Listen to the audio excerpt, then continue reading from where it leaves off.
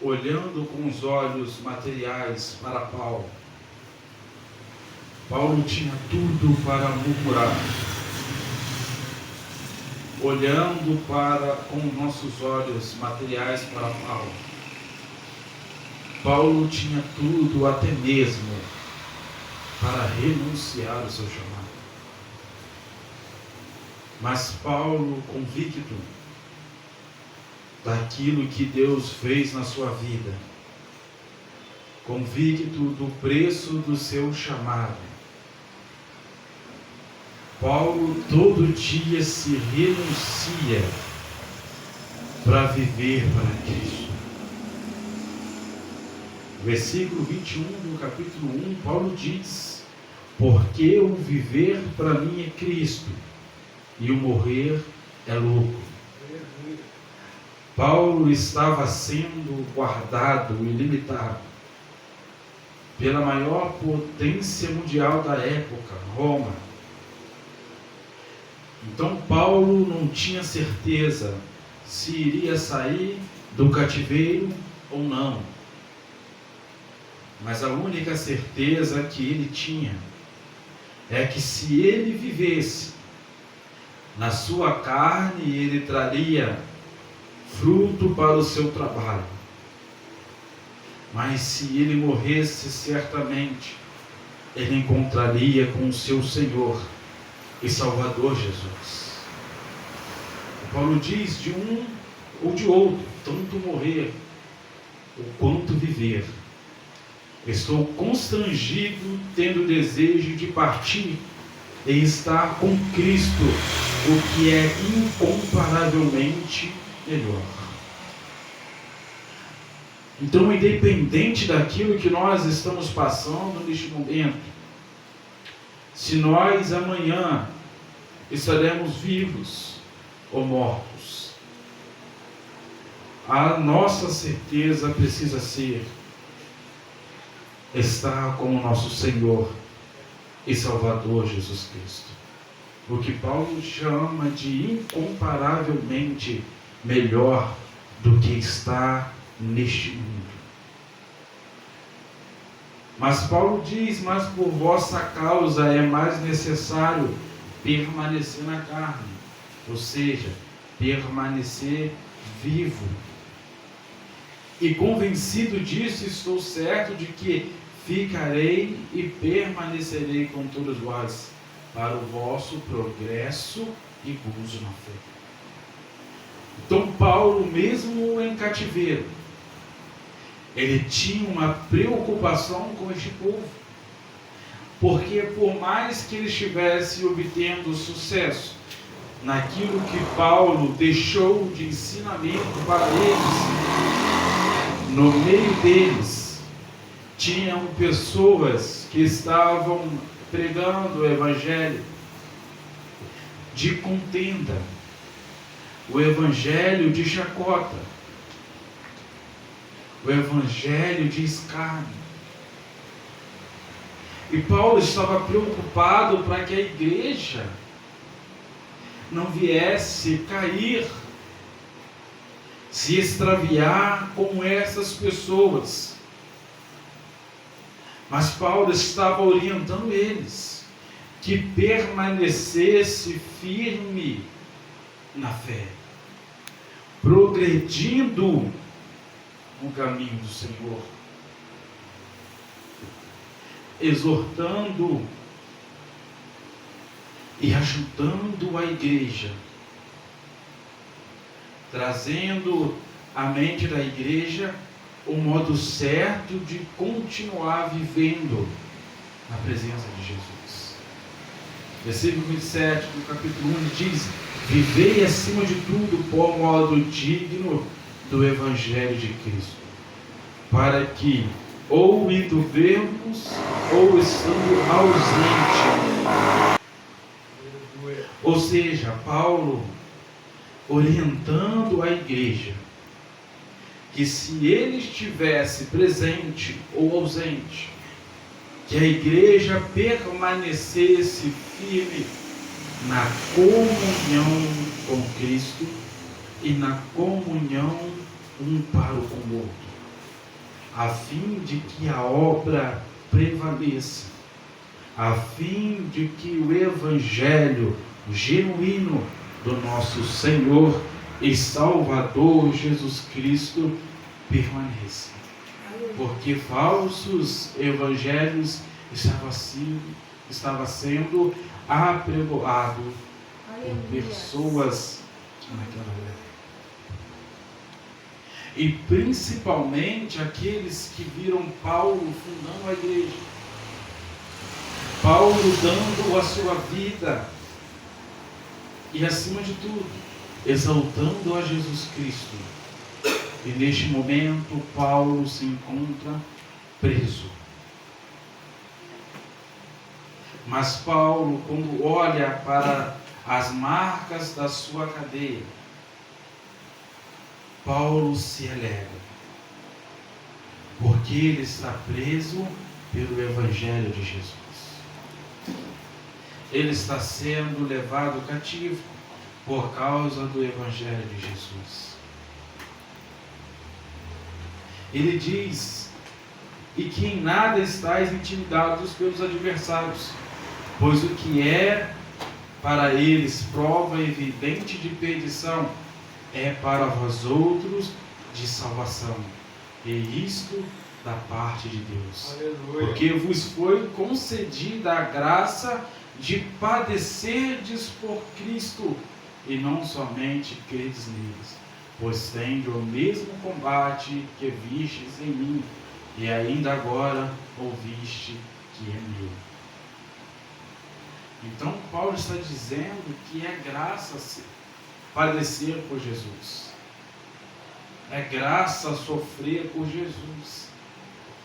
E muitas vezes, sem querer entrar em juízo, nós vemos pessoas que passam tão pouco e abandonam Jesus, que sofrem tão pouco e abandonam a Jesus.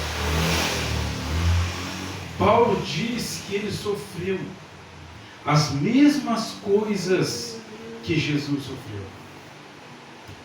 Levou as marcas de Cristo em seu corpo, mas todavia ele não desistiu, ele não pensou em parar, pelo contrário, ele continuou e sempre lembrando o que Jesus passou.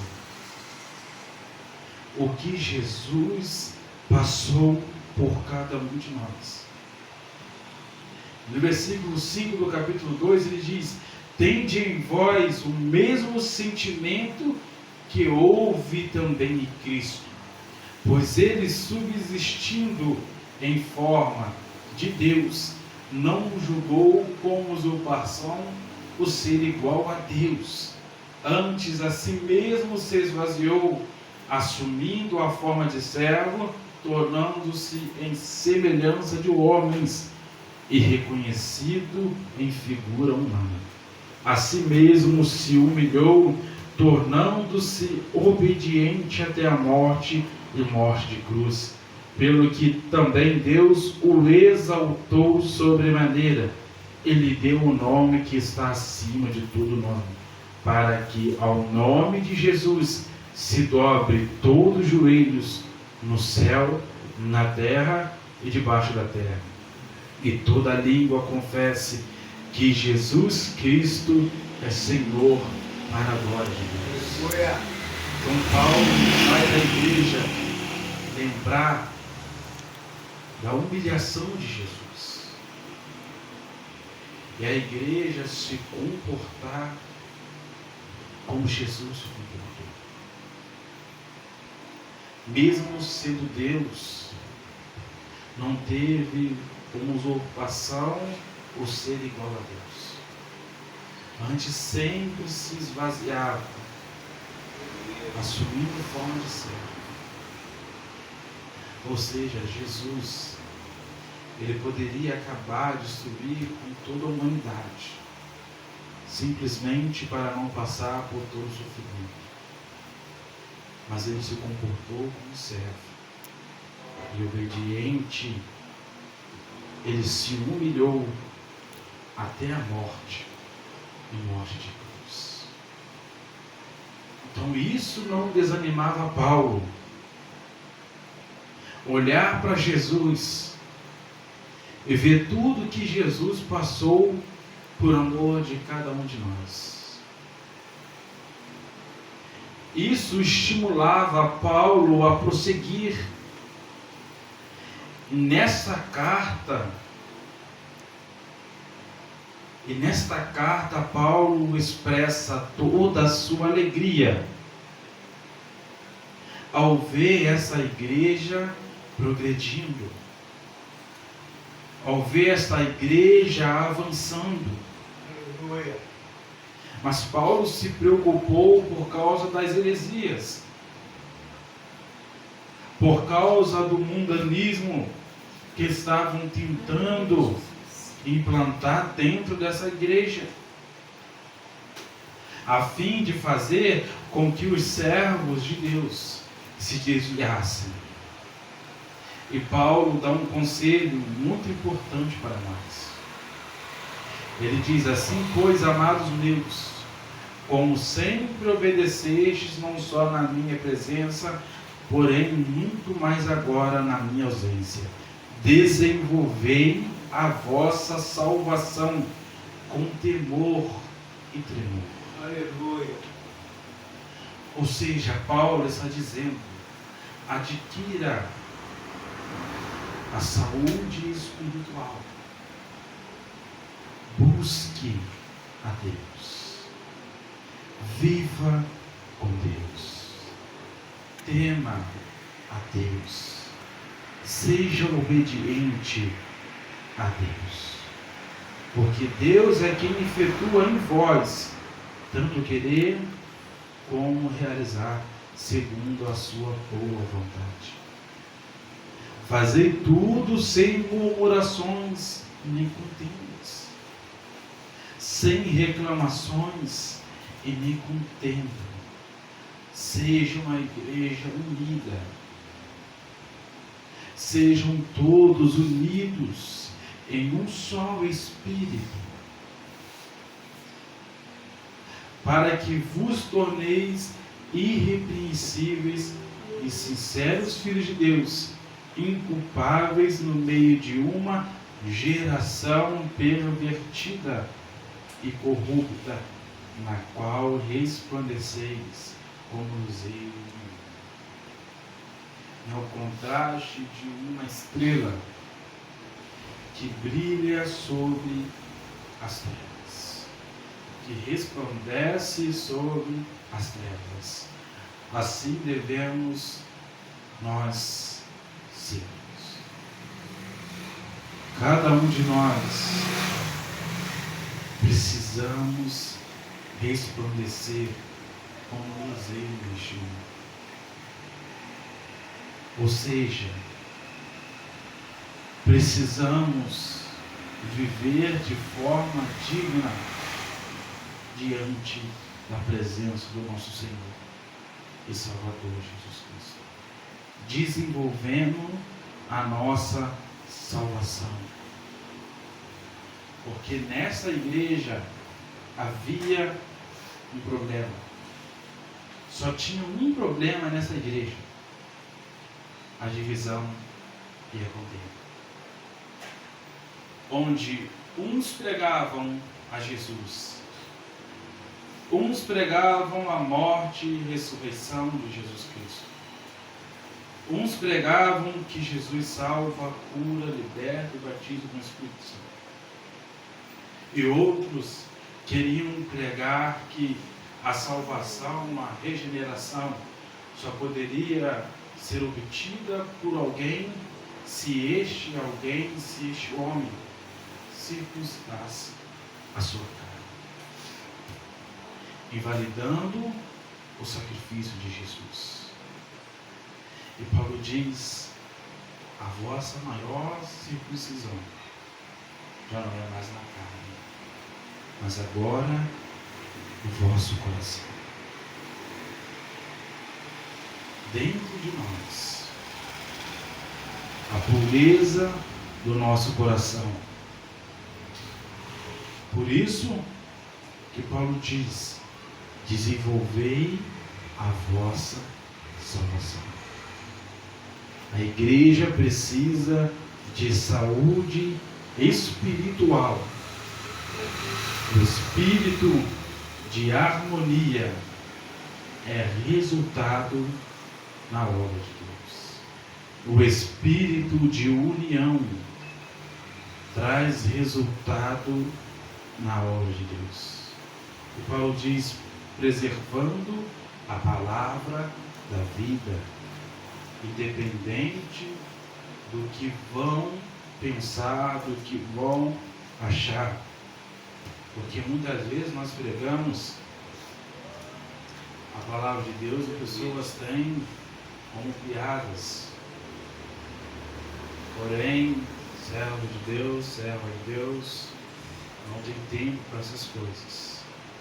Ainda diz que nós devemos pregar o Evangelho de Jesus dentro do tempo e fora do tempo. E Paulo diz para preservar a palavra da vida, não deixar nenhuma outra palavra entrar dentro da igreja se não for a palavra da vida. Aleluia. Para que no Glória dia a Deus. de Cristo eu me glorie de que não corri em vão, nem me esforcei inutilmente. Amém. Ou seja, o dia de Cristo não é o dia, não é a segunda volta de Jesus, mas é o dia do arrebatamento da igreja de Jesus Cristo. Amém. Toda vez que nós vemos dia de Cristo, está falando do arrebatamento da igreja do nosso Senhor e Salvador Jesus Cristo. Porque neste dia a igreja será julgada.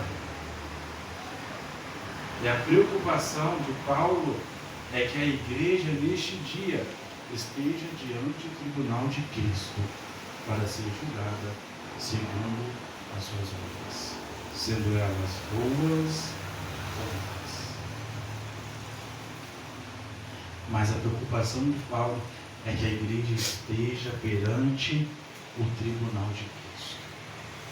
Porque o tribunal de Cristo, naquele dia do arrebatamento, é só para a igreja de Jesus.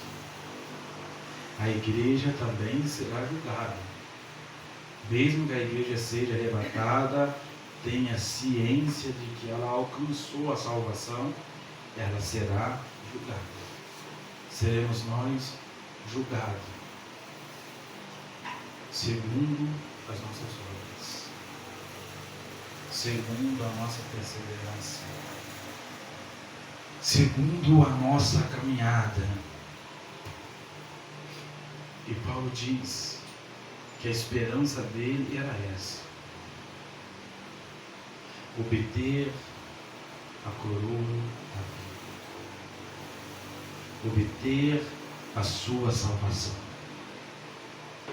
Ele aconselha a igreja: desenvolvei a vossa salvação, desenvolvei a vossa salvação.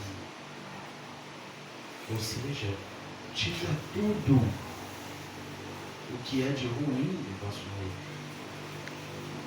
Tira tudo que causa divisão entre você e Deus, entre vocês e seus irmãos.